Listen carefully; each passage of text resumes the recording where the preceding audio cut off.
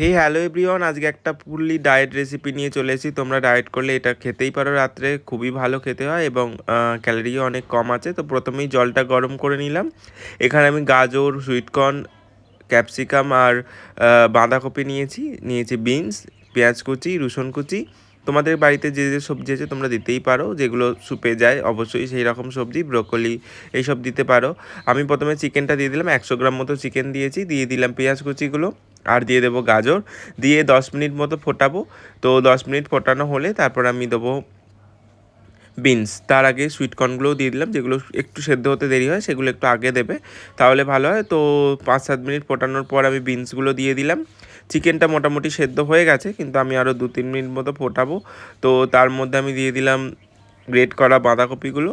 তো বাঁধাকপিগুলো দিয়ে ফোটাবো, তার আগে আমি চিকেনগুলো তুলে নিয়ে চিকেনগুলো একটুখানি কুচিয়ে নেব। তো চিকেনগুলো তুলে নিচ্ছি ঠান্ডা হওয়ার জন্য।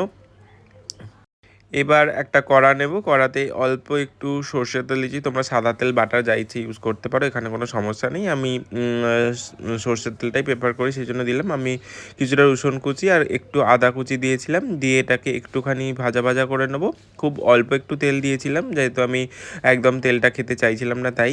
তো একটুখানি ওটা ভাজা ভাজা হতে এবার আমি আগে যে চিকেন স্টকটা ছিল সেটা সবটাই দিয়ে দেবো। চিকেন নেই এতে শুধু চিকেন স্টকটা রয়েছে আর সব রকম সবজিগুলো রয়েছে, সেইগুলো দিয়ে দিচ্ছি। দিয়ে এটাকে ফোটাবো 2 মিনিট মতো। তো 2 মিনিট মতো ফোটানো হলে তারপর আমি দিয়ে দেবো ক্যাপসিকামগুলো। ক্যাপসিকাম তো খুব বেশিক্ষণ সেদ্ধ হতে সময় লাগে না, তাই লাস্টের দিকেই দিলাম। তো ক্যাপসিকামগুলো দেওয়ার পর দিয়ে দিলাম আমি পেঁয়াজকলি। তো পেঁয়াজকলিও আমার বাড়িতে ছিল তাই দিলাম, তোমাদের থাকলে তোমরা দিতে পারো। আমি এরপর দিয়ে দিলাম গোলমরিচের গুঁড়ো আর নুন দিয়ে দেবো। নুনটা অবশ্যই তোমরা তোমাদের স্বাদ মতো দেবে। এরপর আমি দিয়ে দেবো কুচিয়ে রাখা চিকেনগুলো দিয়ে দেওয়ার পর আমি একটু কাঁচা লঙ্কা কুচি দিচ্ছি। তোমরা কাঁচা লঙ্কাটা প্রথম দিকেও দিতে পারো, আমার একটুখানি কাঁচার ফ্লেভারটা ভাল লাগে, সেই জন্য আমি একটু লাস্টের দিকে দিলাম যাতে সেদ্ধটা কম হয়। তো এরপর আমি এটাকে ভালোভাবে ফোটানোর পর 1 চামচ মতো আমি সয়া সস দিচ্ছি। এটা পুরোপুরি অপশনাল, তোমরা যদি সয়া সস পছন্দ না করো নাও দিতে পারো। আর দিয়ে দেবো 1 চামচ মতো ভিনিগার, যেটাতে টেস্টটা একটুখানি টক টক নিয়ে আসবে, যেটা আমার খুব ভালো লাগে স্যুপেতে। তো 1 চামচ মতো ভিনিগার দিয়ে দেবো।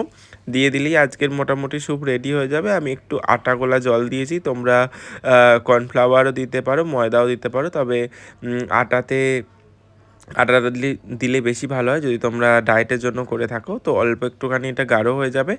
আশা করছি আজকের ভিডিওটা ভালো লেগেছে, খেতে ভীষণ ভালো লাগে, অবশ্যই বাড়িতে ট্রাই করো এবং আমাকে জানিও আজকের রেসিপি তোমাদের কীরকম লাগলো। থ্যাংক ইউ পুরো ভিডিওটা দেখার জন্য।